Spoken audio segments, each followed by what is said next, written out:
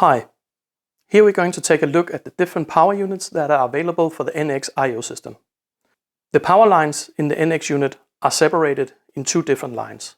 One is the unit power, which are supplying the internal electronics of the NX units, and the one is the I/O power, which are the power that are being sent in and out from the different I/Os.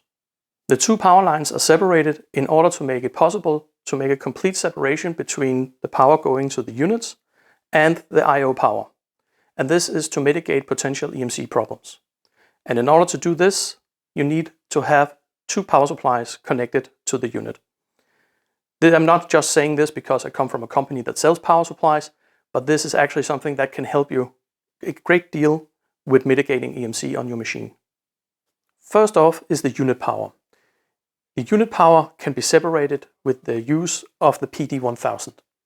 Now the PD1000 separates the unit power line and starts a new one.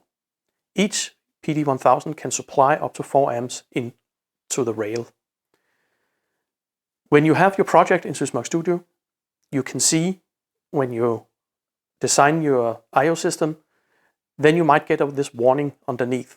And you can see it tells you that there's insufficient power and that you need to add another power unit. So you simply search and then you add the PD1000 into the mix.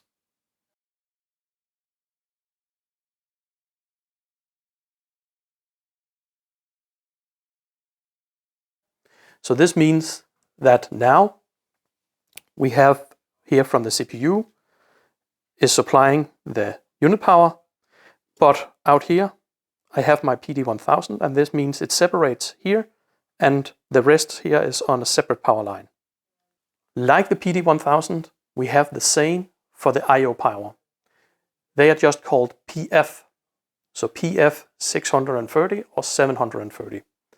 The difference between those two is that the 630 can deliver 4 amps and the 730 can deliver up to 10 amps to the rail. But the same thing, it separates the I/O power line and starts a new one. This can be used not only if you exceed the amount of amps on the power line, but it can also be used to create different voltages or different segmentation of your I/O, again, in order to mitigate possible EMC problems. Unlike with the PD1000 for the unit power, the software cannot predict how much draw there is on each I/O unit. So for the PF unit power cards, you need to keep a track of this yourself.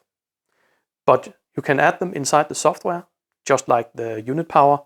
You search here for the PF card and you have the 730 and the 630 and you can add them into your line. If you use your NX I/Os on an I/O coupler, the I/O coupler itself has both the unit power and the I/O power connection on the initial termination. For the CPUs, however, you only have the power supply for the PLC itself on this terminal here.